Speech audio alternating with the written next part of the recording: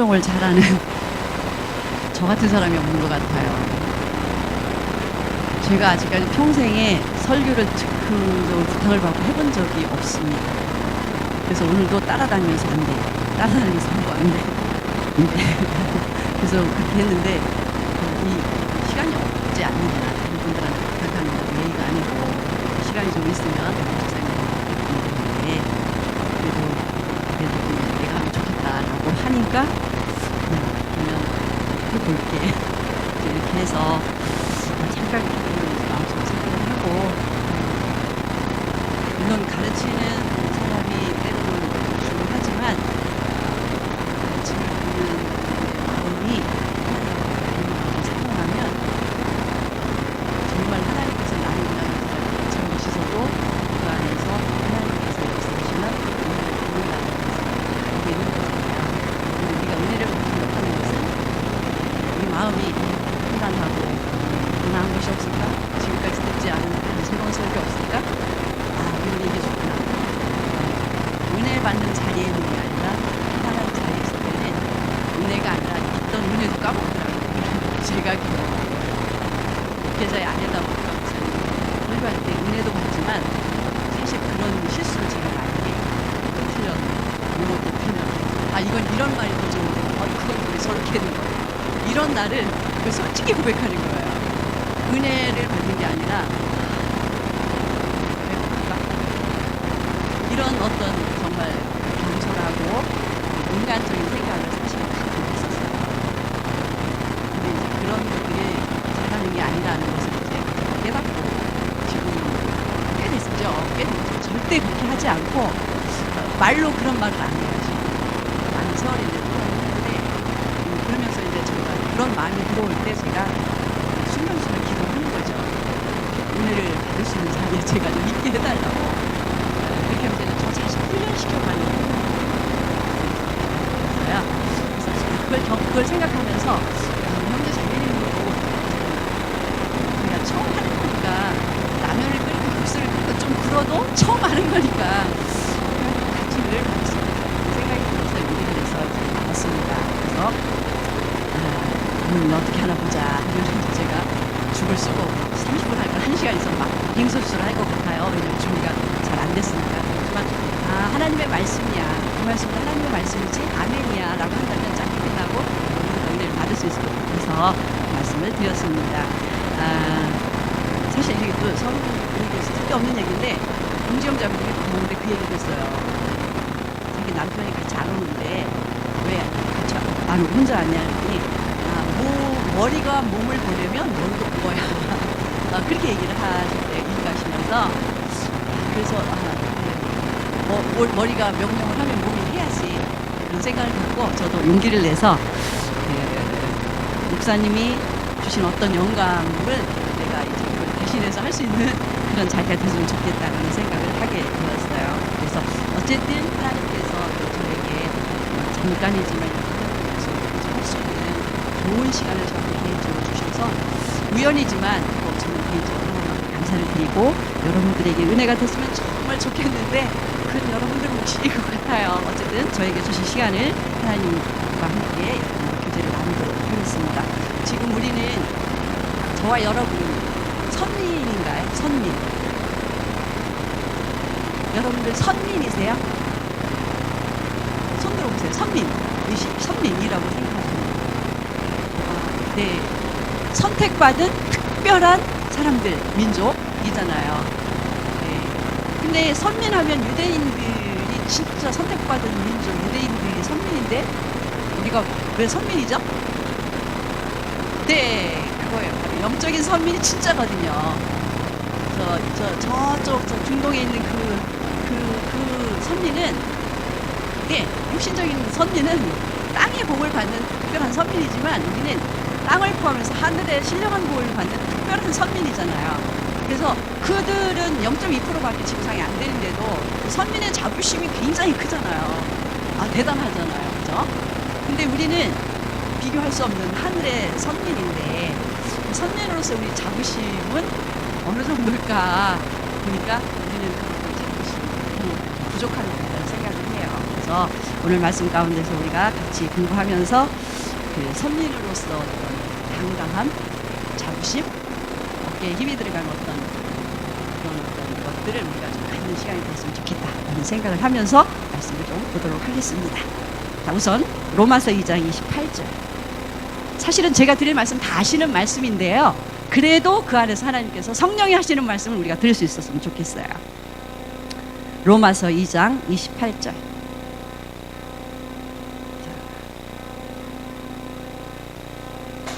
찾으셨으면 다 같이 한 목소리로 크게 읽어보시도록 하겠습니다.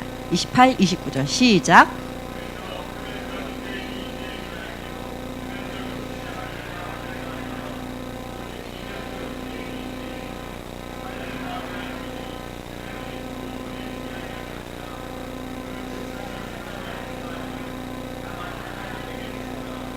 아멘. 네, 앉아주세요. 자, 여기서 표면적 유대인은 진짜 유대인이 아니다. 이면적 유대인이 진짜 유대인이다 라고 했어요. 그러니까 저와 여러분은 이면적 유대인이니까 진짜 유대인인 거예요. 근데 땅의 유대인이 아니라 하늘의 예루살렘의 유대인인 거죠. 그래서 그 유대인의 어떤 자부심, 이걸 생각하면서 그러면 유대인이 어떤 과정을 통해서 어떻게 되었는가, 이것도 좀 보도록 해요. 자, 갈라디아서 3장 27절. 찾으신 분이 큰 소리로 빨리 읽어주시면 좋겠어요. 갈라디아서 3장 27절부터 29절까지.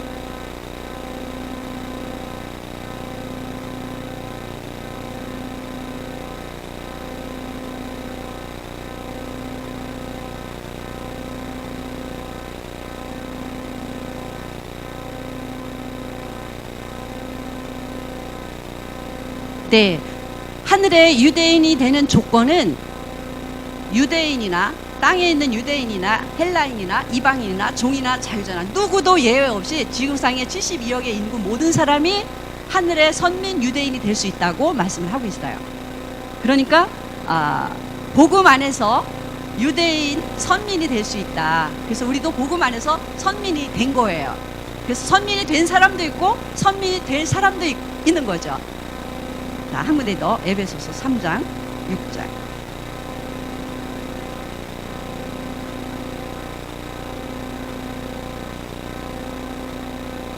이는 이방인들이 복음으로 말미암아 그리스도 예수 안에서 함께 후사가 되고 함께 지체가 되고 함께 약속에 참여하는 자가 되었다라고 말씀하셨어요.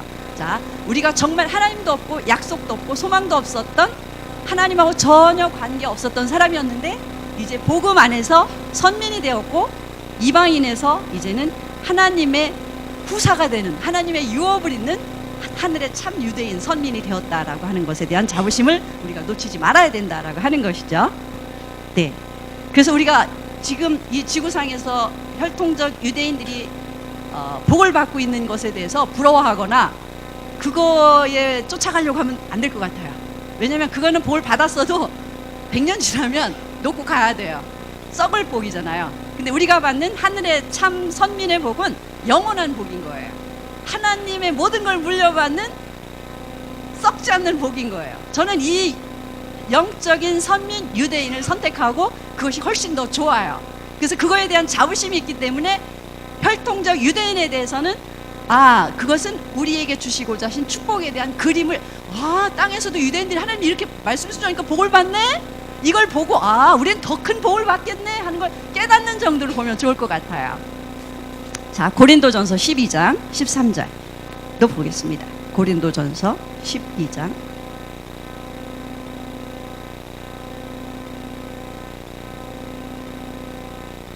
우리가 유대인이나 헬라인이나 종이나 자유자나 다 한 성령으로 세례를 받아 한 몸이 되었고 또 한 성령을 마시게 하셨느니라. 자, 혈통적 유대인이라 할지라도 땅의 복을 받았다 할지라도 그들이 복음 안에서 한 성령 안에서 물과 성령으로 거듭나는 은혜를 얻지 못하면 혈통적 유대인도 땅의 복으로 끝나는 거죠.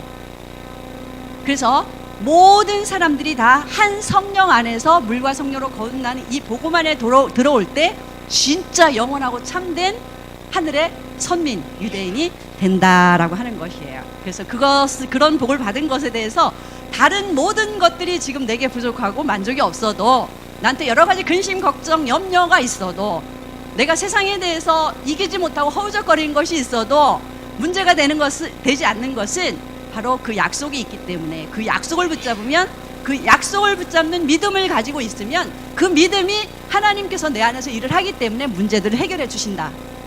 그죠? 아프면 우리가 살아가면서 고난을 받고 어려운 일을 만나는데, 내 생각에는 기도 열심히 해서 그냥 그날 밤에 다 끝났으면 좋겠어. 오늘 저녁 철야기도 시커내서 회개 다 했고 기도 시커냈어. 하나님 들으실 만큼 했어. 그럼 그 다음날 병도 싹 낫고 그 다음날 문제도 다 해결되고 그 다음날 부자가 돼 있고 그랬으면 너무 좋겠어. 근데 그게 아니고, 그 기도를 하나님이 들으셔도 내 삶 가운데 아파야 될 부분은 아플 만큼 아파야 되고, 힘든 부분은 힘든 만큼 내가 견뎌야 되고, 어려운 부분들은 어려운 만큼 내가 지고 가야 될 짐이 있는 거죠. 왜냐하면 하나님께서는 응답하시고 결제하신 일을 할지라도 내 육체 안에서 나는 그걸 통해서 단련되고 연단되고 그 익숙한 그 고난에 길들여져서 인간답고 사람다운 하늘의 선민답게 훈련하시는 하나님의 손길이 있기 때문에 우리는 그 고난 가운데서도 기뻐할 수 있다라고 하는 거예요. 왜냐하면 이거 제가 경험한 거예요. 제가 오늘 밤에 밤새도록 기도했으면 이제 내일은 싹 이제 구름이 걷히고 비바람도 걷히고 태양이 쫙 비쳐서 이제 새로운 삶을 살게 해주셔야지. 근데 그게 아니고 힘들 만큼 힘들어야 되고 회복하는 데는 시간이 필요한 거예요. 우리 삶 가운데 넘어졌으면 일어나서 설 수 있는 시간이 필요한 거예요. 그래서 이런 것들을 통해서 하나님이 이 땅에서 육체를 입고 있는 동안에 우리를 잘 이끌고 계신다라는 것을 생각하기 때문에, 고난이 있어도 내가 지금 어떤 상황이라 할지라도 두려워하지 않는 것은, 이것이 지난 그 다음에는 하나님께서 내게 주신 부유와 능력이 이 땅에서도 내게 있을 것이기 때문에 감사하고 기뻐할 수 있는 것이다 라고 하는 것이죠. 그래서 살아계신 하나님 앞에 감사를 드리는 거예요. 자, 이제 조금 더 구체적으로, 구약에서는 제사장이 되려면 세 가지 조건이 충족돼야 되잖아요. 그죠? 레위 지파여야 되지만 여러 가지 있지만 그 중에서 가장 중요한 것은 물로 씻어야 돼요. 그죠?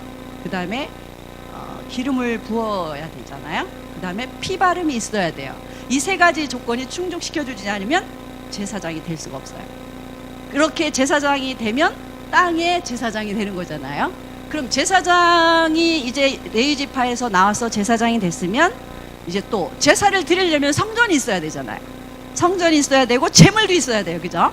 근데 구약에서는 성전은 솔로몬이 그냥 아주 정말 멋있는 성전을 탁 지어가지고 하나님 앞에 성전 제사를 드릴 수 있게 해주셨단 말이에요. 정말 우리 힘으로는 지을 수 없는 너무 아름다운 성전을 솔로몬이 봉헌해서 드렸단 말이에요. 그 이제 거기서 대제사장들이 제사를 드리는 거죠. 그러면 제물은 뭐가 돼요? 아주 흠없는 좋은 짐승들을 이제 갖다가 하나님 앞에 희생제사로 이제 피를 없이 해서 이렇게 죽여서 드리잖아요. 그래서 구약에서도 이스라엘 백성들이 죄를 하나님 앞에서 덮어지기 위해서는 이런 조건들이 충족시켜줘야만 됐던 거죠. 근데 이게 대강 설렁설렁 된 게 아니에요. 제사장 조건도 정말 까다로웠고요. 성전도 아주 흠이 없이 정말 정성을 들여서 관리되고 지어진 것이고요. 그 다음에 제물도 아무거나 대강 드리면 큰일 나요. 그냥 하나님 앞에 각을 떠서 죽여서 불태워 드릴 건데 뭐 좀 불편한 거, 병 들은 거 드리면 어때? 이거 큰일 날 일이에요. 제일 좋은 거 드려야 되거든요. 왜냐하면 짐승을 드린다는 것은 내가 죽어야 되는데 내 대신 짐승이 희생되는 거거든요. 그래서 그런 마음을 가지고 정말 정성을 들여서 하나님 앞에 드려야만 제사를 받으셨고, 그렇게 했을 때 비로소 유대인들은 그냥 1년에 한 번씩 그 죄가 덮어진 거예요. 죄 문제를 근본적으로 해결된 게 아니라 덮어졌기 때문에 1년마다 늘 드렸어야 되는 거예요. 그러니까 짐승들이 유대인들을 위해서 얼마나 많이 희생된다 몰라요. 산을 몇 개 쌓아놔도 더 많을 만큼 희생제사를 짐승들이 희생됐다라고 하는 것이죠. 그런데 그럼에도 불구하고 이 모든 것들은 뭐다? 실제적인 선민인, 이면적 유대인인 우리에게 주시고자 하시는 진짜 제사장의 복에 대한 그림이다라고 하는 거예요. 그래서 그 그림들을 보면서 이제 실체인 우리를 보면서 진짜 우리가 제사장으로서 우리가 누려야 될 것들이 무엇인지를 찾아가자라고 하는 것이죠. 자, 우선 우리를 보기 전에 이제 예수님께서 구약의 레위 지파의 제사장이 아니시잖아요. 예수님은 유다 지파거든요. 근데 예수님이 제사장이래라고 말씀하시잖아요. 그러면 구약에서 율법의 제사장으로서 예수님이 충족하셨을까요? 충족되셨을까요? 예수님이 그 조건을 갖추셨을까요? 네? 예수님이 구약의 제사장들의 조건을 갖추셨을까요? 안 갖추셨을까요? 갖추셨다. 손 들어보세요. 안 갖추셨다. 이거 큰일 났어요. 목사님 설교 여튼 뭐 하셨는지 모르겠다. 다 갖추셨죠. 그래요? 그러니까 예수님도 구약의 제사장으로서의 조건을 갖추고 계셨어요. 다시 말해서 예수님도 레위지파가 했던 것처럼 물로 씻겨 씻으셨고요. 그 다음에 비둘기같이 기름 부으심을 받았고요. 그 다음에 십자가에서 죽으셨을 때 피바름을 하셨잖아요. 예수님은 죄가 없는 분이에요. 그렇게 안 하셔도 돼요. 근데 율법의 말씀을 완성시키기 위해서 하나님의 의를 이루어드리기 앞에서는 그 공의 앞에서 자기도 하나님 앞에 바로 해야 되는 거죠. 그래서 예수님도 똑같이 레위지파의 제사장처럼 물로 침례를 받으셨죠. 그 다음에 성령의 기름 부으심이 있으셨죠. 십자가에서 돌아가신 피 흘림, 피바름 있으셨어요. 그래서 예수님이 구약의 율법 제사의 제사장으로서의 조건도 갖추고 계시는 거예요. 근데 예수님이 그 구약의 율법의 제사장의 조건을 갖추기 위해서 제사장이 되신 게 아니잖아요. 진짜 제사장이 되시기 위한 것은 진짜를 주시기 위한 거잖아요. 자, 그러면 예수님은 레위지파의 계열이 아니신 거예요. 그러면 예수님은 누구 지파의 제사장일까요? 예수님이 레위지파가 아닌 다른 지파의 어떤 제사장의 그 계통이 있을 거 아니에요. 다윗? 네, 멜기세덱의 반차를 따른 제사장이신 거죠. 그래서 전혀 땅에 있는 레위지파의 제사장하고는 레벨이 달라요. 진짜 다른 진짜 대제사장이시거든요. 그래서 예수님은 멜기세덱의 반차를 쫓은 신령한 대제사장이시다라고 말씀하고 계시는 거죠. 자, 그러면 예수님 안에서 구약의 모형들인 제사나 제물이나 성전이나 제사장이나 이런 것들을 다 충족시키고 계시냐, 이걸 한번 보도록 하죠. 자, 우선 히브리서 6장 20절 말씀 가서 보도록 할게요. 히브리서 6장 20절. 그리로 앞서 가신 예수께서 멜기세덱의 반차를 쫓아 영원한 대제사장이 되어 우리를 위하여 들어가셨느니라 라고 하셨어요. 자, 그래서 예수님은 멜기세덱의 반차를 쫓는 대제사장이다 라고 하는 것이죠. 자, 그러면 예수님께서 제사장은 하나님의 아들로서의 제사장인 거예요. 그죠? 그러면 예수님께서 어린 양이다 라는 말씀 있잖아요. 요한복음 1장 29절.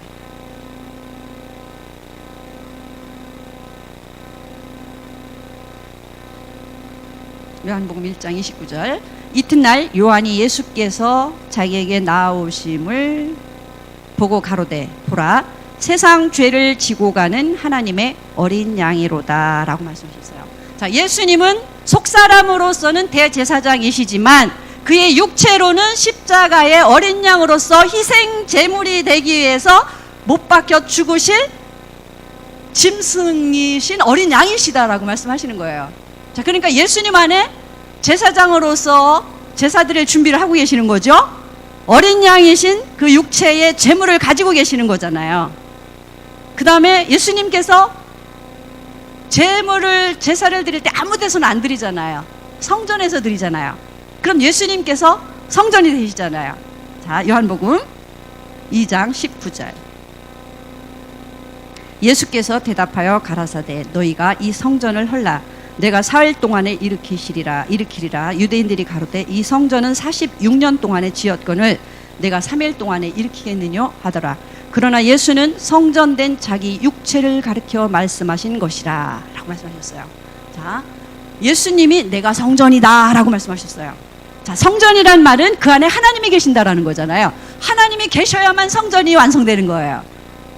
그죠? 그러면 이제 사람이신 예수님 안에 그 영으로서는, 속사람으로서는 대제사장, 그 다음에 그 육체로서는 성전, 그리고 그 몸 육체로서는 어린 양으로서 십자가에 돌아가실 제물, 그러니까 제물, 성전, 제사장 다 됐잖아요.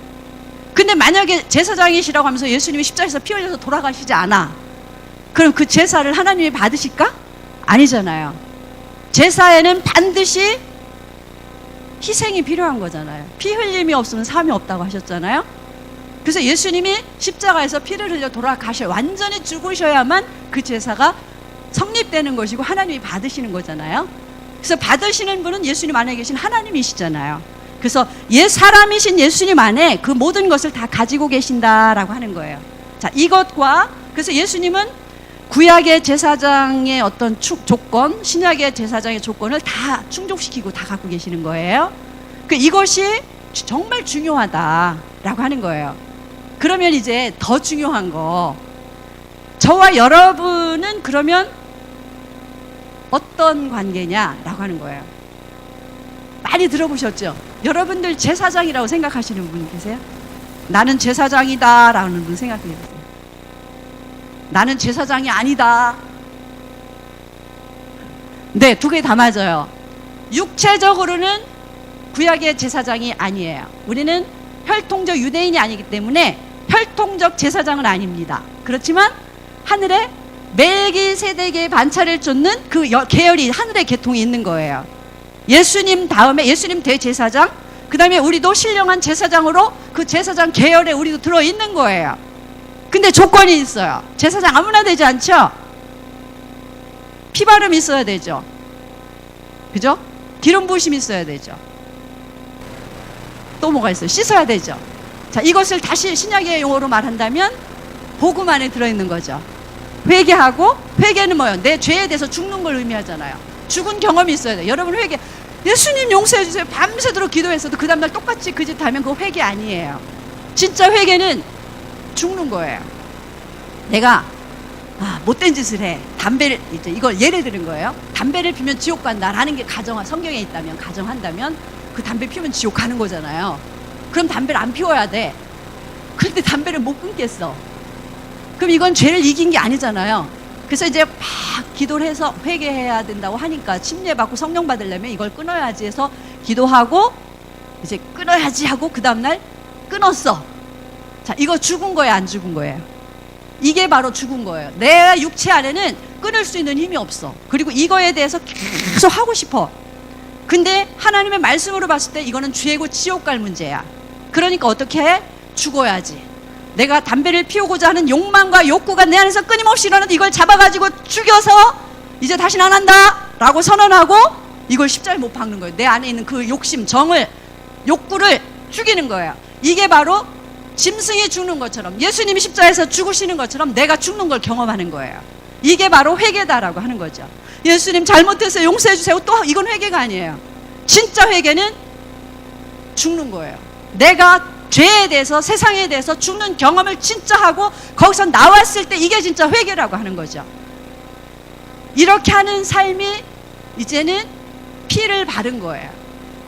그런 사람에게는 어떻게? 죽었으니까 빨리 예수 이름으로 침례해줘서 장사 지내는 거잖아요. 그럼 이제 물로 씻은 거예요. 그러면 이제 어떻게 해요? 깨끗한 그릇이 됐으니까 거기에 성령을 부어주시잖아요. 그럼 이제 물과 성령으로 거듭나라고 하신 약속의 말씀을 충족시켰으니까 이제 이 사람은 신령한 제사장이 될 수 있는 자격이 주어진 거죠. 그래서 여러분이 물과 성령으로 거듭나셨다면 여러분들은 신령한 제사장이에요. 땅의 유대인 제사장이 아니고 하늘의 반열의 멜기세덱의 반차를 쫓은 신령한 제사장이다라는 거예요. 동의하시는가요? 다 아멘이신가요? 네, 아멘이죠. 여러분 인정하셨어요. 제사장이에요. 그럼 이제 제사장이 할 수 있는 일이 뭐죠? 제사장이 뭐 해야 돼요? 제사장이 할 수 있는 일은 제사 드리는 일을 하는 거예요. 자, 제사를 드리려면 제물이 있어야 되고 성전이 있어야 되고, 이거 없으면 제사 못 드리는 거죠. 그죠? 그럼 여러분들 제물 있으신가요? 하나님 앞에 헌금 많이 하면 그거 제물인가요? 여러분들 성전 어디 있나요? 네, 바로 그거예요. 신령한 물질적인 성전이 아닌 신령한 성전을 우리가 볼 수 있어야 되는 거예요. 자, 성경에서 한번 찾아보도록 하죠. 베드로전서 2장 9절.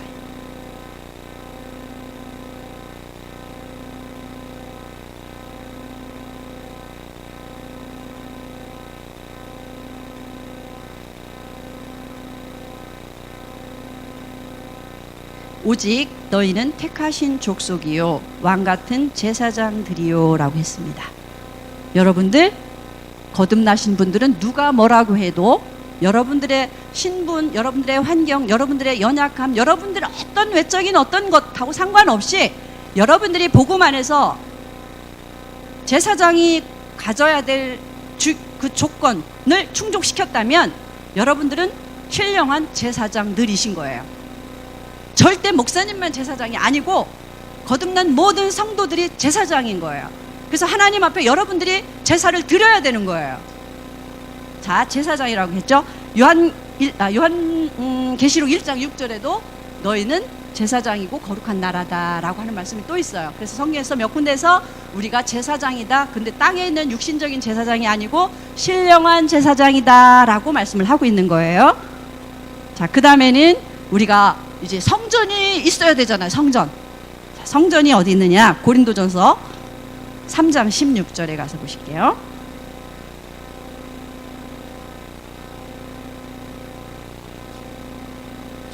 고린도전서 3장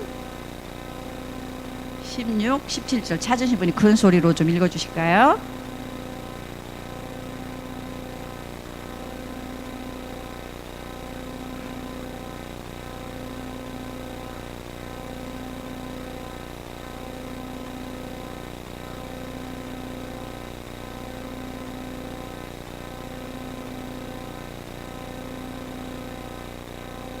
아멘.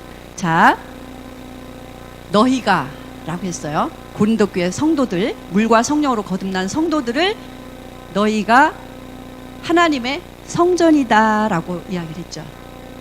그러면 저와 여러분이 물과 성령으로 거듭났다면, 다시 말해서 하나님 성령이 우리 안에 계시기 때문에 우리가 하나님의 집이면서 하나님의 주인이니까 성전, 하나님의 집, 성전인 거예요.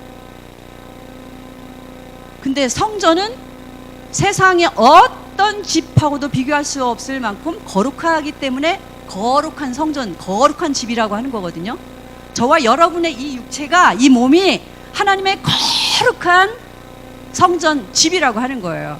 그래서 거룩하게 구별시키고 지켜야 될 책임과 의무가 누구한테 있다? 성전인 신령한 제사장이 내게 있는 거예요. 이것을 잊어버리시면 안 되는 거죠. 세상 사람들은 성전이 아니에요. 우상이에요, 우상. 거기에 생명이 없기 때문에. 근데 우리는 살아있는 하나님의 성전이라는 거죠.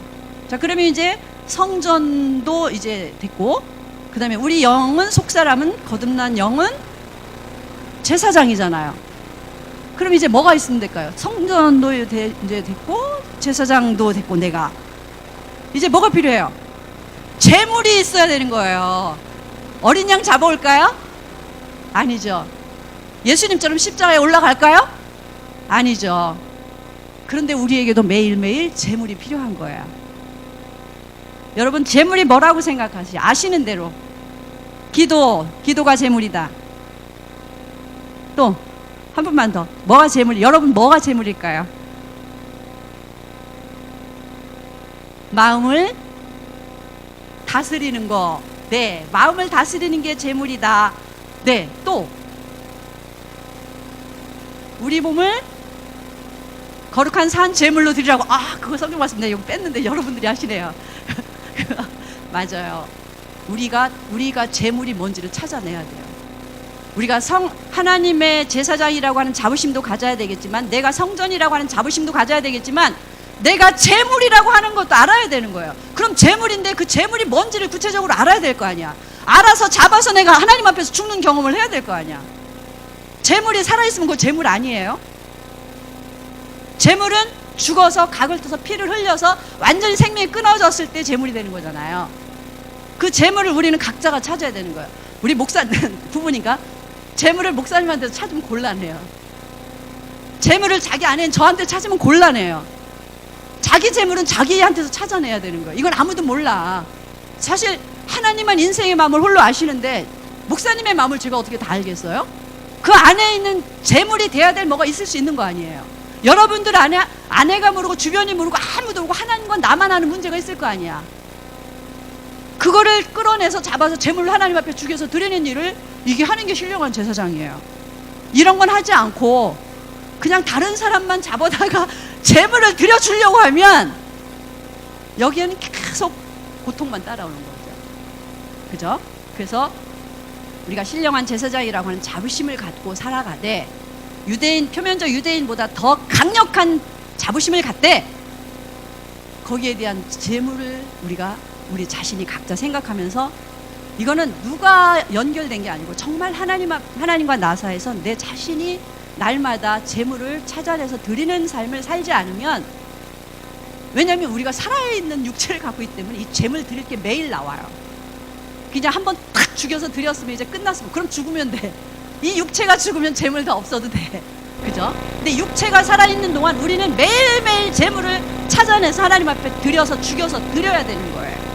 자, 그럴 때 그 사람에게서 역사가 나타나는 거죠. 재물이 드려져서 죽어서 각을 떠서 하나님이 받으실 때 비로소 거기서 기적이 일어나는 거예요. 그 사람 안에서 능력이 나가고 역사가 나타나는 거예요. 아무리 기도를 하고 아무리 내가 하나님 앞에 헌신을 해도 내가 재물돼서 죽는 것을 계속해서 경험하지 않으면은 거기서는 하나님이 그 안에서 함께 역사하시는 일은 크게 기대하기 어려워요. 그래서 우리가 하나님의 선민답게 이런 부분에 대해서 우리가 각자 개인이 믿음의 분량만큼 각자가 하나하나 찾아내서 하나님께 매일매일 산제사를 드릴 때 이거는 고통, 희생, 그래야 돼, 죽은 거 싫어, 이게 아니라 육체는 죽는 나를 포기하는 자아가 깨어지는 고통이 있지만 하늘의 신령한 것으로 내 영이 느끼는 즐거움은 이거하고 비교가 안 될 만큼 놀라운 희열이 있어요. 놀라운 기쁨이 있어요. 희락과 화평과 평강이 우리 안에서 강같이 넘치는 걸 진짜 경험하는데, 그 경험을 하기 위해서는 내가 내 자아를 깨는 아픔을 포기할 때 그게 나오는 거예요. 이건 아마 여러분보다 제가 더 잘하고 사보니까 어쨌든 더 많이 겪을 거예요, 관계에 있어서. 근데 내가 안 깨지면 내가 죽어서 못 살겠어요. 그러니까 내가 안 깨지면 내가 먼저 천국 갈 것 같아.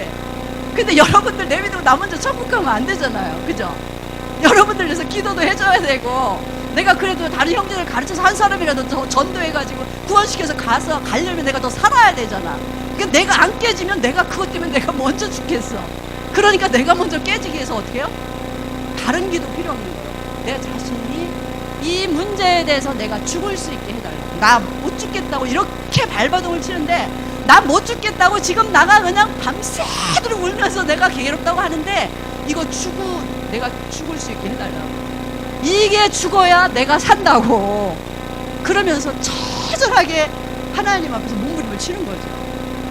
아마 여러분들도 좀 기도하시는 분들 좀 더 그런 경험이 있으실 거예요. 근데 정말 그 은혜의 보좌 앞에 현장에서 일하는 목회자나 사모들은 이런 부분에 대해서 죽는 경험을 해서 거기서 내가 처절하게 깨지고 하나님이 주신 은혜로 사는 것을 경험하지 않으면 목회하기가 정말 힘들어요. 죽을 지경이에요. 관계에 있어서 죽을 지경이에요. 근데 한번 깨고 또 깨고 또 부서지고 하나님의 말씀에 나를 계속 올려요. 어설프긴 해요. 완벽하지가 못해요. 그래도 그런 방법을 계속 쓸 때 어느 날인가 빠져나와. 번데기가 그걸 뚫고 나와서 나르는 것처럼 문제는 그대로 있지만 나 안에서 문제가 해결된 게 없어. 근데 나는 나와서 나르는 경험을 하는 거예요. 그래서 문제야 있어라. 나는 날라서 하나님 주신 은혜가 기뻐. 이것으로 자유함을 있어. 만족해. 이것이 나의 본질이야. 내가 원하는 거 이거야. 하면서 그냥 자유를 누리는 거거든요. 그래서 이런 기쁨이 깨지 못하여서 고통하는 것보다 훨씬 낫더라라는 게 제가 살면서 느낀 경험이에요. 그래서 그런 은혜를 주신 하나님 앞에 감사를 드리고, 제가 그래서 여기서 이런 말씀 드릴 수 있는 거라고 생각이 돼요. 아멘. 자, 그래서 저와 여러분이 그럼 저가 몇 번 죽었으니까 이제 안 죽느냐? 아니요. 오늘 저녁에 또 목사님하고 싸울지 모르죠. 그죠? 그래서 제가 막 말로 목사님 이겨서 그냥 목사님을 그냥 기분 나쁘게 했어요. 그럼 이제 그 순간은 이겼어. 말로 이겼는데 그 안에 또 성령이 저한테 이렇게 없고요. 너는 지금 하나님이 세우신 질서, 권위를 그냥 완전히 망가뜨렸지. 그러면서 그 참소하는 죄책감이 또 나를 그냥 짓눌러요. 그러니까 한번 질러버린 것보다 이게 더 괴로워. 여러분들 진짜 그거 경험하는 거예요. 양심이, 하나님의 성령이 내 안에 있으면 그거 분명히 있거든요. 남편이 아무리 못났어도 내가 선택해서 내게 머리로 하나님이 세우신 권위라면 내가 그냥 그런 실수 안 해요? 저만 하나요? 남편한테 막 할 때 있어요. 근데 할 때는 기분이 좋아서 이겼는데 하나님 앞에 기도하려고 하면 진짜 찝찝해요. 나라는 인간 이것밖에 안 되나? 내가 여기서 또 이것 갖고 넘어져? 그러면서 하나님 앞에 얼굴을 못 들겠어요. 고개를 못 들겠어요. 그래서 그냥 하루 종일 근신하면서 그냥 눈치 보면서, 사실 남편 눈치 보는 게 아니라 하나님 눈치 보는 거죠. 그래서 여보 미안해 하면서 내가 또 이제 손을 내밀고 푸는 거죠. 그런 실수를 우리가 한다는 거죠. 그러니까 그때 우리는 그럴 때마다 합리화시키지 말고, 당신 그래서 뭐 그랬죠. 그렇게 끝나면 안 되고, 이거 예를 드는 건데요. 잘못이라고 성령의 빛을 비춰서 이건 내가 잘못된 거면 하나님께 내가 제물이 되는 거예요. 그런 용기가 필요한 거예요. 근데 그게 한 번, 두 번, 세 번 하다 보면 그 기쁨은 정말 하나님이 살아계신 증거를 거기서 느껴요. 하나님이 살아계시지 않으면 그런 기쁨을 느낄 수가 없어요. 그러면서 미움과 다툼과 시기와 질투를 몰아내는 유일한 방법이 뭔지 아세요? 우리 인간에게는 죄로 인해서 떨어졌기 때문에 모든 사람에게 많게 적게 그런 부분을 안고 살아가요. 사촌이 땅을 사면 배가 아프다. 이거 하나님 없는 세상 사람들이 만들어낸 거거든요. 근데 우리도 다 똑같은 사람들이잖아요. 우리 안에서 그런 것들이 조금씩은 잔재한다는 거예요. 근데 이런 것들을 한 번씩 내가 깨버리기 시작하잖아요. 정말 형제들이 예수 안에서 금덩어리를 줍니다. 이거는 정말이에요. 내가 나를 깨고 하나님 관점에서 하나님의 성령의 사람으로 사람들을 볼 때 너무 소중한 사람들이에요. 이 사람들과 함께 가야만이 내가 마지막까지 승리할 수 있다는 생각을 해요. 만약에 여러분들이 각자 다 1대1 혼자 다 뿔뿔이 흩어졌다고 지금 생각해 보세요. 신앙생활 한다고 생각해 보세요. 여러분들 얼만큼 이길 수 있으세요? 여러분들 끝까지 승리할 수 있어요? 없어요. 나를 힘들게 했던 그 사람이 나한테 정말 필요한 사람이 될 수 있는 거예요. 음지가 양지되고 양지가 음지된다고 하는 것처럼 나를 괴롭혔던 사람이 정말 내 인생에 있어서 나를 정말 하나님 나라로 이끄는데 영향을 깨줄 수 있는 좋은 사람이 될 수 있다는 거예요. 근데 우리 각자가 아직 깨지는 영역이나 부족한 부분이 있어서 아프고 힘들고 서로 그런 부분이 있을 수 있어요. 저를 포함해서. 저도 여러분들한테 그런 게 있다면 용서해 주세요. 그럴 수도 있을 거예요. 근데 이런 부분들은 항상 하나님 관점에서 봤을 때, 아, 저 형제가 나를 내 내면에 숨겨진 나도 깨지 못하는 부분을 깨트려서 다듬어주는 좋은 나의 친구라는 생각을 갖고, 아프지만 하나님 관점에서 믿음의 눈으로 그걸 볼 때, 예수님이 십자가에 올라가실 때 그 느낌을 조금은 느낄 수가 있어요. 조금은 느낄 수가 있어요. 근데 그렇게 해서 몇 번 깨져보면 이 사람은 절대 사람과의 관계에서 실패하지 않아요. 절대 사람과의 관계에서 상처받고 넘어지지 않아요. 근데 이런 경험을 안 하니까 누가 조금만 건드리면 너무 아픈 거야. 밤에 잠이 안 올 만큼 씩씩거리는 거야. 저게 그냥. 근데 진짜 아프거든요. 근데 이런 것들이 재물이 되는 거예요. 우리가 혼자 살지 않는 이상, 우리가 각자 혼자 살지 않는 이상, 우리 더불어 살기 때문에 우리 의도하고 상관없이 우리 다르기 때문에 서로에게 다르기 때문에 주는 아픔이나 실망이나 상처가 있을 수 있다는 거죠. 근데 이런 부분들을 우리가 성숙하면서 하나님 관점에서 잘 다듬어 간다면 너무나 소중한 하나님과 고배들이라는 걸 혹시 잊지 않고 생각할 수 있다는 거죠. 그래서 저는 당당하게 여러분들한테 말했었는데, 여러분들 진짜 내가 가슴을 사랑하는 걸 나는 고백할 수 있어요. 왜냐하면 정말 그게 느껴져요. 그래서 너무 소중하고, 그래서 내가 함부로 할 수 있는 사람이 하나도 없어. 왜냐하면 하나님의 성령의 성전이기 때문에, 제사장들이기 때문에, 하나님의 신령한 제사장들이기 때문에 함부로 할 수 있는 사람들이 아닌 거예요. 그래서 이제 결론 부분인데, 이런 부분에서는 우리가 정말 우리 각자가 재물을 오늘도 찾아내서 드리고, 이런 부분을 우리가 게으르게 하지 말고 하나님 앞에서 계속 한다면, 우리가 생각하지 못한 하나님께서 우리에게 주시는 하늘의 신령한 복만 우리에게 주시는 것이 하나님의 뜻이 아닙니다. 이 땅에 사는 동안에도 하나님께서 우리에게 적절하게 우리에게 필요한 것들을 주시기를 원하셔요. 근데 이런 부분들이 잘 훈련이 되지 않은 상태에서 주시는 하나님의 복은, 그것이 나를 찌르는 칼들이 있어요. 그러니까 전능하신 하나님이 보실 때 안전한 복을 받는 방법을 우리는 택하고 돌아가지 말고 질러가는, 우리가 예수님 포기할 수 없잖아요. 우리 천국 포기할 수 없잖아요. 우리 형제들 포기할 수 없잖아요. 포기할 수 있는 게 아무것도 없어요. 다만 포기할 수 있는 거 하나 있어요. 내 자아를 깨물어. 나를 포기하면 돼요. 제일 쉬운 거예요. 그러면 많은 것을 얻을 수 있기 때문이죠. 성경 말씀으로 돌아가서 볼게요. 갈라디아서 5장 24절.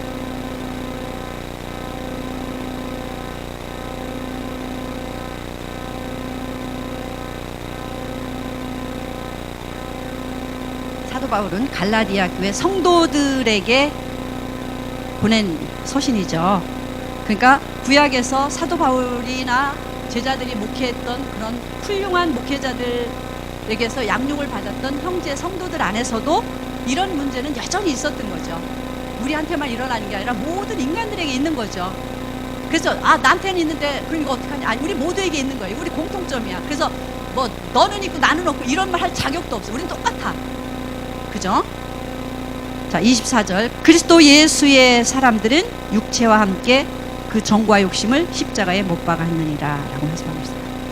자, 십자가에 못 박았다, 이 말은 뭐냐면 예수님의 말씀 앞에 내가 내 육체의 욕심, 내 육체의 지금 안에 있는 분노, 억울함, 상처, 미움, 시기, 질투, 이 모든 것들을 끄집어내서 내가 예수님 앞에 밤새도록 기도해서라도 이걸 제물로 드려서 죽여버리겠다, 그런 내용이에요.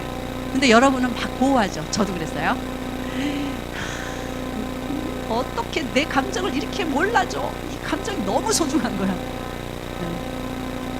근데 그것도 필요하지만, 근데 그 감정 때문에 내 영혼을 망가뜨릴 수는 없잖아요. 그죠? 하나님의 제사를 드리는데 이 육체적인 감정을 의의 병기로 쓰는 것이 좋지. 그죠? 불의하게 이 감정을 쓰면 안 되잖아요. 감정도 좋은 감정 있고 안 좋은 감정 있잖아요. 이 좋은 감정으로 이 안 좋은 감정을 잡아서 하나님 앞에 드리면 되잖아요. 그죠? 안 좋은 감정을 계속 불평하는 사람 있잖아요. 그 사람이 이미 그 불평의 감정에 길들여져 있기 때문에 이 뇌가요, 내가 원치 않아도 내 입속으로 계속 불평이 나와요. 이건 저주잖아요. 그죠? 이게 뭐야? 계속하면 그렇게 돼요.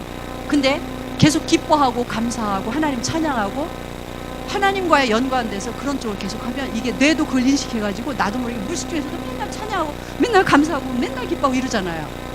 그럼 어느 쪽을 선택해야 되겠어요? 이거는 이성과 감성을 갖고 분명하게 내 자신한테 정의를 할 필요가 있어요. 내 인생을 누구한테 맡길 수 없잖아요. 저 사람이 나를 어떻게 힘들게 한다고 해서 내가 저 사람 때문에 지금 잠 못 자고 고통스럽게 괴로워할 이유가 없어요. 그건 나만 손해야. 저 사람은 몰라.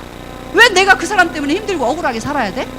말도 안 돼. 그건 네 생각이야. 그건 당신 생각이고 난 하나님 앞에 제물 드리겠어 하고 하나님 앞에 드리면서 내가 진짜 자유를 누린다면 이 사람은 세상에 감당 못해. 주변 사람이 감당 못해. 저 사람은 진짜 하나님 앞에 정과 욕심을 십자가에 못 박은 사람이야. 성령의 사람이야. 그러니까 은사 나타나잖아. 역사 나타나잖아. 저렇게 살아야 돼. 이렇게 하는 사람들이 교회 안에 목사님과 제가 돼야 되고, 죄송합니다. 그렇게 되지 못해서 우리 교회 형제들 중에도 그런 분들이 일어나야 되는 거예요. 우리 모두가 다 그렇게 돼야 되겠지만 자라는 속도가 다르기 때문에 다 한꺼번에 요구할 수는 없어요. 그러나 누군가는 이런 영적인 양식을 먹고 나는 그렇게 한번 해보겠다 이거. 나 죽어보겠다 이거야. 내가 어차피 하나님 앞에 한번 죽어보겠다. 그럼 그렇게 과감하게 나가는 사람들에게서 하나님 하는 일을 우리가 볼 수 있어야 되는 거죠. 살아있는 예배가 바로 그런 거예요. 오늘 예배 가운데 만약에 제가 드리는 말씀 중에서 여러분들 중에 여러분들 심령 안에서 나 그렇게 할 거야 결단했어, 나 하나님 앞에 굴복할 거야, 그렇게 하겠어 하고 행동한다면 저는 하나님 앞에 심부름꾼으로 성공한 거예요. 하나님은 그 일을 하셨고 하나님은 영광을 받으시는 거예요. 그러나 그것이 아무런 의미가 없고 제가 하는 것이 여러분들한테 그냥 쳇바퀴 돌리는 것처럼 그냥 꽹가리로 들린다면 저는 아무런 의미가 없는 거죠. 그렇지만 여러분이 성령의 음성을 듣고 성령의 인도하심을 따라서 하나님 앞에 살아있는 제물을 드려서 여러분들을 성령의 불이 태우시는 경험을 하시면 좋겠어요. 고린도전서 15장 31절.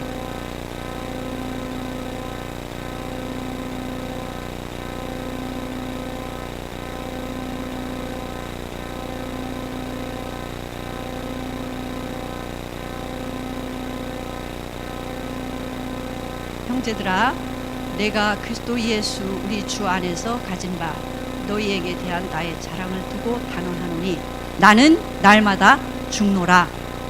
사도 바울 자신이 신령한 제사장으로서 사도 바울 안에서 일어나는 온갖 악한 것들을 날마다 죽이면서 살아있는 산 순교자가 되는 거예요. 살아있는 거예요. 근데 죽어야 되는 거야. 그러니까 살아있는 순교자인 거야. 매일매일. 사도 바울같이 하나님의 그 위대한 능력을 경험하고 하늘의 이상을 맛본 사도 바울이라 할지라도 죄 때문에 괴로워서 이렇게 하는데, 우리같이 믿음도 약하고 부족한 사람들이 우리가 서로 이렇게 죄 때문에 약해하는 거에 대해서 죄책감에 너무 시달리지 말고, 그런 거에 그렇게 하지 말고 지식적으로 인정을 하는 거죠. 그래서 요 제물도 드리자, 이 제물도 드리자, 이 제물도 드리자 하고, 하나님 다 받으세요, 내가 죽을게요, 다 받으세요, 이러면서 그냥 예배 시간에 정말 떼굴떼굴 부르는 일도 있고, 그죠? 춤추면서 뒤집어지는 일도 있고. 이게 어떻게 나오죠? 내 영혼에 자유가 있을 때 그렇게 할 수 있는 거예요. 내 안에 매임이 있는데 누가 그렇게 할 수 있어요? 이거 미친 사람이지. 절대로 할 수 없습니다. 그러나 내 사방으로 우겨써서 내가 모든 거에 매어서 소망이 없다 할지라도 내 영이 그걸 제물로 드린 사람은 자유함이 있다면 마음껏 하나님의 손에 의해서, 하나님의 영에 의해서 그렇게 할 수 있는 거예요. 이런 일이 교회 안에서 1명, 2명, 3명 일어날 때 거기에 불이 붙어서 다른 사람들을 같이 타게 되는 거예요. 저는 그런 주인공이 되고 싶은 거죠. 잘나서 누가 앞에 나타나는 그런 게 아니라, 누군가가 불을 붙여서 스파크를 일으켜서 다른 사람을 타게 할 수 있는 누군가가 나와야 되는 거야. 죽음이 없이는 안 되는 거예요. 내가 깨어지지 않으면 안 일어나는 거예요. 여러분들 다 아시잖아요. 지식적으로 다 아시잖아요. 하나님이라 했던 건 가만히 있으니까 하나님 거예요. 썩는 경험을 했기 때문에 많은 열매가 있는 거죠. 예수님이 우리를 위해서 십자가에서 이렇게 썩어주신 거예요. 근데 예수님이 우리 보고 내가 썩으니까 너희들 썩지 마라 하면 우리 안 썩어도 돼. 근데 예수님 분명히 말씀하셨잖아. 썩으라고, 나처럼 썩으래잖아, 죽으래잖아. 근데 나는 십자가에서 진짜 죽었지만, 나는 십자가에서 진짜 표현이야. 내가 진짜 고통당했지만 니들 십자가에서 죽으라는 거 아니잖아. 죄에게 팔린 정과 욕심을 주게 되는 거잖아. 그러면 내가 너를 살려준대잖아. 그거 어려워? 죽는 것보다 낫지. 육체가 죽는 것보다 낫죠. 하나님의 말씀에 대한 이상을 우리가 얼만큼 가지고 있느냐에 따라서 우리의 삶은 달라질 수 있다고 하는 거죠. 저와 여러분이 하늘의 신령한 제사장이라고 하는 것이 진짜 확실하게 눈에 들어온다면 우리 삶을 바꿀 수 있어요. 하늘길을 걸어갈 수 있어요. 정말 다른 사람하고 달리 살 수 있어요. 어떤 사람이 나를 힘들게 한다 할지라도 그것이 그렇게 큰 문제가 되지 않아요. 왜냐하면 내가 그를 불쌍히 여기고 그를 위해서 기도할 수 있거든요. 그 하나님 그 마음 보시면 나를 어떻게 보시겠어요? 그를 통해서 하나님 크신 일을 이끌어 갈 거다 하는 거죠. 그래서 날마다 아까 말씀하신 것처럼 로마서 12장 1절에서 날마다 하나님의 뜻이 무엇인지, 선하고 온전하시고 기쁘게 하시는 뜻이 무엇인지 날마다 찾아서 분별해서 나를 제물로 드리고 그렇게 살아갈 때 진짜 이거는 너무나 기쁨이 있어요. 그래서 초대교회 그 많은 사람들이 순교를 당할 수 있었던 것은, 예수님의 믿음 때문에 죽을 수 있었던 것들은 하나님의 능력이 그 안에서, 그런 역사, 기쁨, 능력이 있었기 때문에 그 일을 가능했던 거예요. 그게 없으면 할 수 없는 거잖아요. 그래서 우리는 하나님에 의해서 하나님의 능력을 따라 사는 하나님의 사람, 제사장들이 돼야 된다라고 하는 것이죠. 빌립보서 1장 21절 있습니다.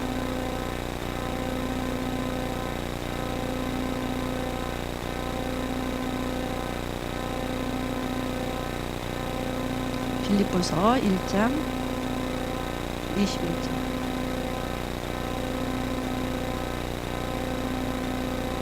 계속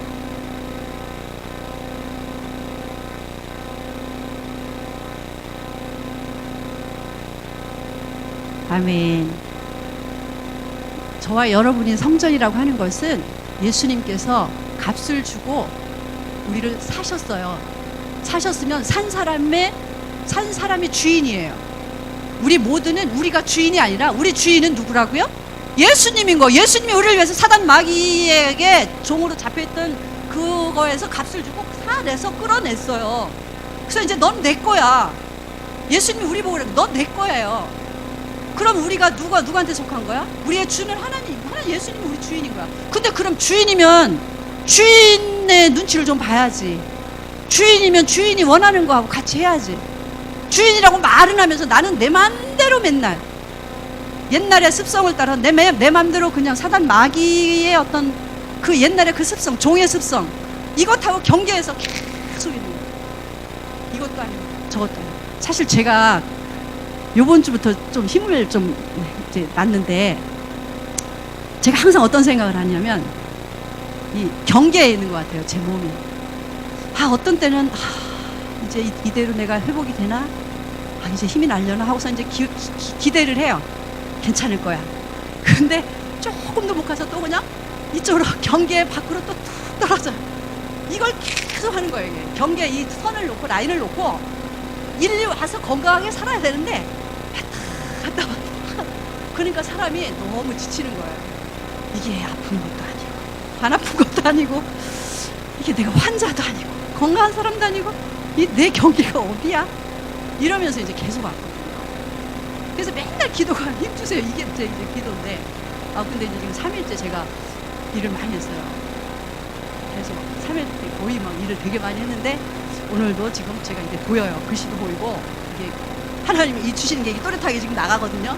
그래서 이제 너무 감사한데 지금도 이제 또 이렇게 계속 하나님이 저를 이렇게 계속 지금처럼 해주셨으면 좋겠다라는 생각을 하는데 그것처럼 우리가 세상과 하나님에 있어서 우리가 하나님의 제사장이고 하나님의 신령한 하나님의 아들임에도 불구하고 그죠 경계에서 라인에서 그냥 약속발 긋고 좋을 때는 있죠. 하나님이 힘들 때는 있죠. 이렇게 살면 기쁨이 없어요. 힘들고 그냥 내 감정이 좋으면 기분 좋은 거고 감정이 나쁘면 믿음이 떨어진 거고 이렇게 사는 경우가 참 많아요. 근데 이렇게 갈 때는 진짜 하늘에 신령한 인사를 받으면 힘들어요. 근데 물론 이런 과정도 하나님의 깊은 곳에 들어가서 때로는 필요해요. 왜냐면 처음부터 이렇게 독수리처럼 날아갈 수는 없잖아요. 근데 우리가 신앙생활하면서 어느 시점에서는 결단이 필요한 거죠. 내가 이제는 하나님 앞에서 한번 죽어보리라. 하나님 앞에서 한번 해보리라. 할 때 그런 결단 속에 나는 약하지만 하나님과 결단을 일으키셔서 하나님의 그 일을 여러분들 은사대로 하나님 뭔가 일을 하실 수 있다는 이런 자리에 저와 여러분들이 잘 사용돼서 정말 예수 이름 침례교회 세상이 갖지 못한 하늘의 그 엄청난 비밀을 우리는 생각만 해도 흥분되는 그런 말씀들을 가지고 있잖아요. 이런 것들을 우리 집사님들이 사방에 나가서 그냥 팡팡 터뜨려가지고 예수 이름 침례교회 우리 은사 나타나는 집사님들한테 맡기고 목사님하고 전 제2의 예수 이름 침례교회 개척하러 갔으면 좋겠어요. 근데 돈이 없더라고요. 진짜 그런 생각 하거든요. 기도할 때. 은사가 우리 교회 형제들 가운데서 진짜 이 교회를 이끌어갈 수 있는 지도력이 정말 모든 형제들한테서 탁 나타나면 그분들한테 딱 맡기고 목사님이랑 예수 이름 제2의 예수 이름 침례교회 지교회 해서 가야지. 기도를 그렇게 하면서 하나님 그렇게 되면 좋겠습니다. 근데 돈이 없어. 젊었을 때는 몸으로 버텼는데 이제는 이 몸이 돈을 따라갈 수가 없잖아요. 그럼 하나님 돈도 주세요. 이제 이런 기도를 이제 목사님하고 얘기를 했는데 우리는 정말 뭐가 필요하죠? 이 교회에서 안주하고 저나 여러분이 이 교회에서 앉아서 그냥 좋게 편안하게 이거 아니에요. 우리가 존재하는 목적은 한번 부서지고 깨지고 하나님의 이상에 대해서 자꾸 그걸 경험하면서 나가야 되는 거예요. 세상으로 나가야 되는 거예요. 그게 여러분들 중에 누구일지 저는 모르겠어요. 그러나 하나님은 누군가를 그걸 깨고 터뜨려서 그 일을 하기를 원하시는 건 분명해요. 그렇게 해서 한국의 예수 이름 침례교회가 계속해서 폭발적으로 복음이 전파되는 일을 우리가 계속 꿈꾸고 이 일을 우리가 소망해야 된다. 그러기 전에는 내가 한번 십자가에서 번제단에 올라가는 그런 경험을 하는 분들이 계속 일어나면 좋겠다라고 하는 것이죠. 자, 에레미야 9장 29절 조금만 더 할게요.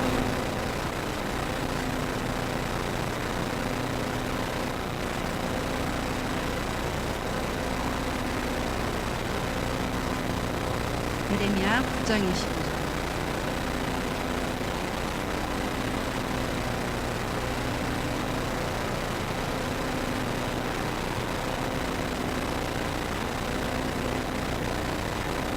계속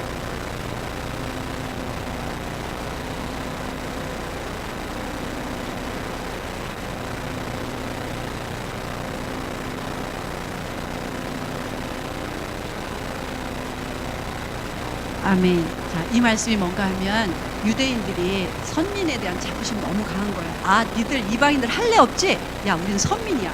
할례도 있어. 짐승 같은. 이러면서 엄청난 자부심을 갖고 있는 거예요. 근데 그런 자부심은 있는데 하나님의 말씀을 순종하는 일에는 안 하는 거야.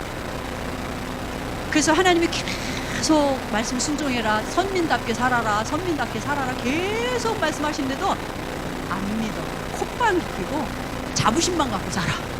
그러니까 하나님께서 에레미야 선지자를 통해서 이제 이때는 어떻게 말씀하셨냐면 내가 할례를 받지 못한 사람이나 할례를 가진 선민이나 내가 다 멸해버리겠다라고 말씀하신 거거든요. 그 왠가 했더니 이방인은 할례가 없어서 망하는 거예요. 이방인은 할례가 없기 때문에 지옥 가는 거예요. 근데 선민은 유대인들은 할례가 있는데도 하나님이 버리신대. 그래 왠가 했더니 대저 이방은 할례가 없어서 망하지만 선민 이스라엘 유대인들은 마음의 할례가 없어서 내가 같이 버리겠다는 거예요. 여러분 마음의 할례가 뭐죠? 하나님이 말씀이 옳아요. 하나님의 말씀이 옳으니 내가 그 말씀 앞에 내가 죽겠습니다. 그 말씀대로 순종하겠습니다. 이게 마음의 할례예요. 하나님의 말씀은 어려운 게 하나도 없어요. 초등학생도 다 이해할 수 있어요. 그냥 있는 그대로 그렇게 하라고요? 예. 그거 하면 그거 마음의 할례 받은 거예요. 꼭 그래야 돼요? 이것도 각자 믿음의 분량에 따라서 우리가 받아들이는 거에 대한 정도 차이는 있어요. 그러나 결론적으로 하나님이 원하시는 제사는, 신령한 제사 받으시는 제사는 진짜 마음의 할례가 일어나요.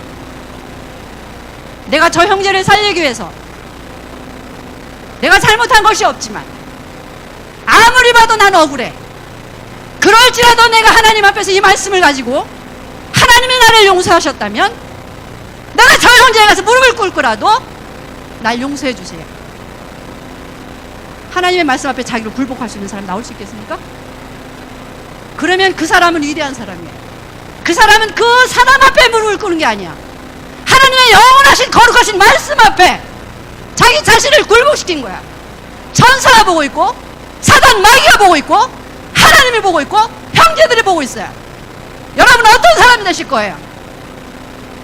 저는 여러분들이 성령의 음성을 듣기를 원합니다. 마음에서는 하나님 죄송해요. 그렇게 한 게 아닌데요. 겉으로는 그거 의미 없어요. 그건 마음의 할례 아닙니다. 목사님과 제가 여기서 목회를 할 때 여러분들의 눈치를 보고 여러분들의 주머니를 보고 여기서 대우받기 목회한다면 저희들은 내일이라도 떠나요. 절대로 그런 생각 없습니다. 우리가 여기 있는 것은 여러분들의 눈치를 보는 게 아니야. 여러분들의 영혼을 위해서 할 말은 해야 돼요. 여러분들은 설교할 때 목사님 우리 눈치 보고 설교하지 마세요.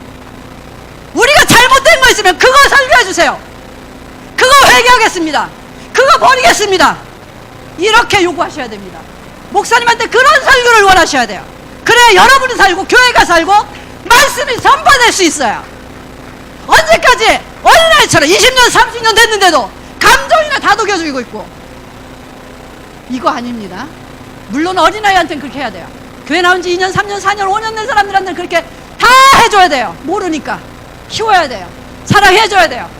근데 이제 나가서 양을 낳아야 되고 나가서 새끼를 쳐야 되고 영혼들을 데려와야 될 사람들인데 아직도 자기 감정 하나 관리를 못해서 감정의 노예가 돼서 그거 재물 아니에요. 재물 아니에요. 이것이 여러분들에만 하는 말씀이라면 제가 나쁜 사람이에요. 근데 저는 이 말씀을 저한테 하는 거예요.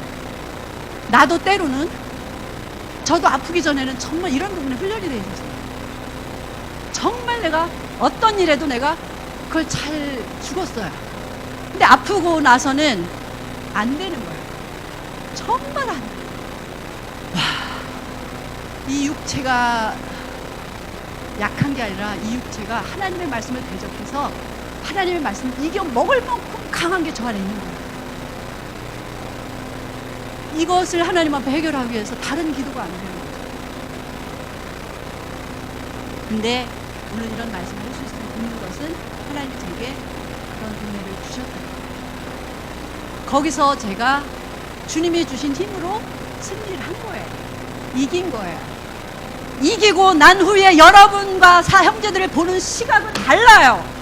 그 사람이 아무리 못 배우고 가난하고 아무리 보잘것없는 사람이라도 그 속사람이 보여요. 저 사람이 정말 하나님 앞에 존귀한 사람.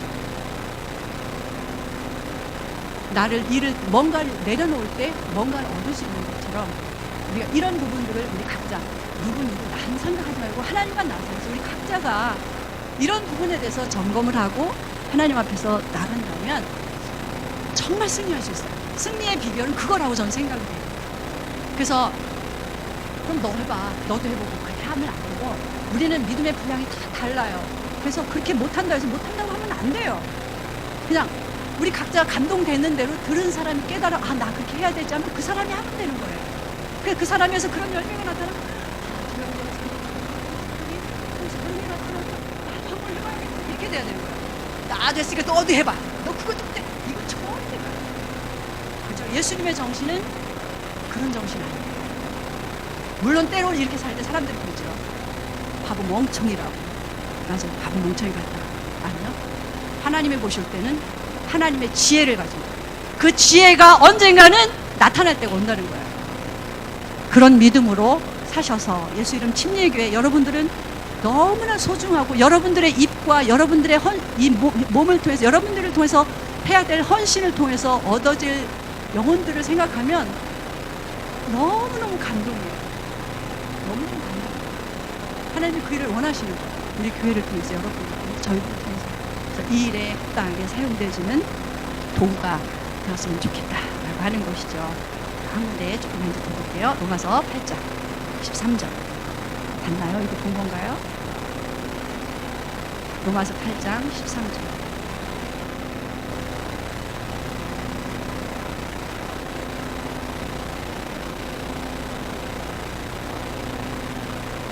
큰 소리로 한번 읽어주실까요, 누가?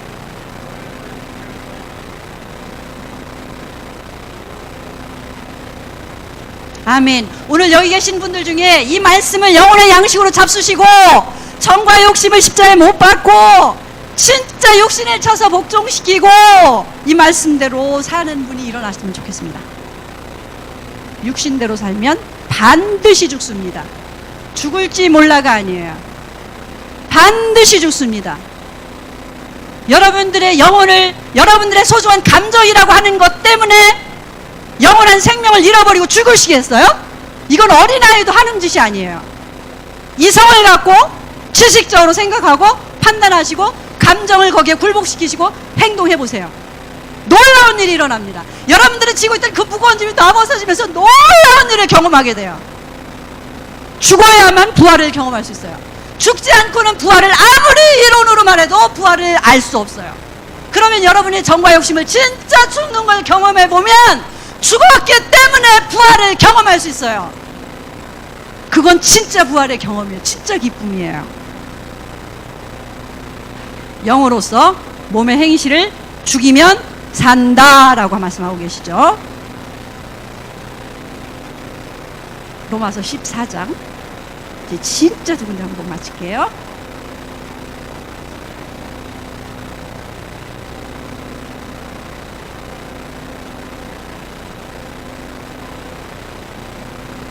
(7절) (10절) 네, 찾으신 분이 큰 소리로 좀 읽어주세요.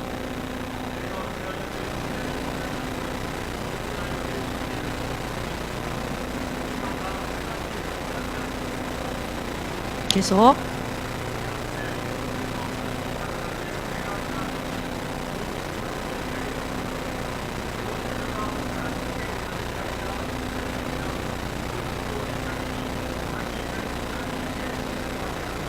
아멘. 형제를 판단하기에 앞서 내가 나를 판단해서 나를 번제단에 올려놓으시면 신령한 제사장으로서 하나님께서 간합하시는 야곱이 죄송합니다. 아벨이 제사를 드렸을 때 하나님이 간합하셨잖아요. 짐승이 희생됐기 때문에, 죽었기 때문에 간합하신 거예요. 에서가 정성이 부족한 게 아니었어요. 에서가 정성이 부족해서 하나님이 안 받으신 게 아니에요. 에서는 죽는 걸 싫어했어요. 가인이 죄송합니다. 가인이 마찬가지로 우리는 우리 형제가 잘하고 못하면 우리가 그를 세워주기 위해서 내가 있는 것이고, 잘하면 그를 따라가기 위해서 있는 거예요. 그래서 우리는 형제를 판단하고 어떻게 이런 건 우리한테는 관심이 없고, 나와 하나님 사이에서 내가 하나님 앞에서 보여지는 것들을 하나님 앞에 제물로 계속 드려진다면, 죽는 경험을 한다면 매일매일 부활의 경험도 조금도 같이 누릴 것이다 라고 하는 것이죠. 자, 이제 시간이 많이 갔으니까 결론, 계시록 21장에서 이렇게 희생적으로 이렇게 고통당하면서 살아야 되는 것에 대한 보상은 뭐지? 하나님이 약속을 하셨어요. 요한계시록 21장 1절부터 또 내가 새하늘과 새 땅을 보니 처음 하늘과 처음 땅이 없어졌고 바다도 다시 있지 않더라. 또 내가 보매 거룩한 성 새 예루살렘이 하나님께로부터 하늘에서 내려오니 그 예비한 것이 신부가 남편을 위하여 단장한 것 같더라. 내가 들으니 보좌에서 큰 음성이 나서 가로되 보라, 하나님의 장막이 사람들과 함께 있음에 하나님이 저희와 함께 거하시리니 저희는 하나님의 백성이 되고 하나님은 저희와 함께 계셔서 모든 눈물을 그 눈에서 씻기심에 다시 사망이 없고 애통하는 것이나 곡하는 것이나 아픈 것이 다시 있지 아니하리니 처음 것들이 다 지나갔음이로라. 보좌에 앉으신 이가 가라사대 보라, 내가 만물을 새롭게 하노라 하시고 또 가라사대 이 말은 신실하고 참되니 기록하라 하시고 또 내게 말씀하시되 이루었도다. 나는 알파와 오메가요 처음과 나중이라. 내가 생명수 샘물로 목마른 자에게 값없이 주리니 이기는 자는 이것들을 유업으로 얻으리라. 나는 저희 하나님이 되고 그는 내 아들이 되리라.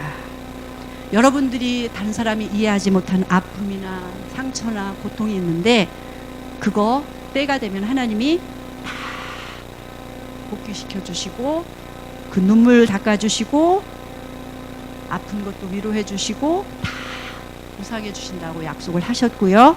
그 다음에 우리의 하나님이 되어주시겠다고 약속해 주셨어요. 그래서 우리가 이 땅에서 살아있는 제물로 우리의 자신을 하나님 앞에 드리는 것이 억울한 일이 아니라 소망이 있는 것이고 천사들도 부러워하는, 모든 사람들이 부러워하는 믿음의 비밀을 가진 자들이다 라고 하는 거예요.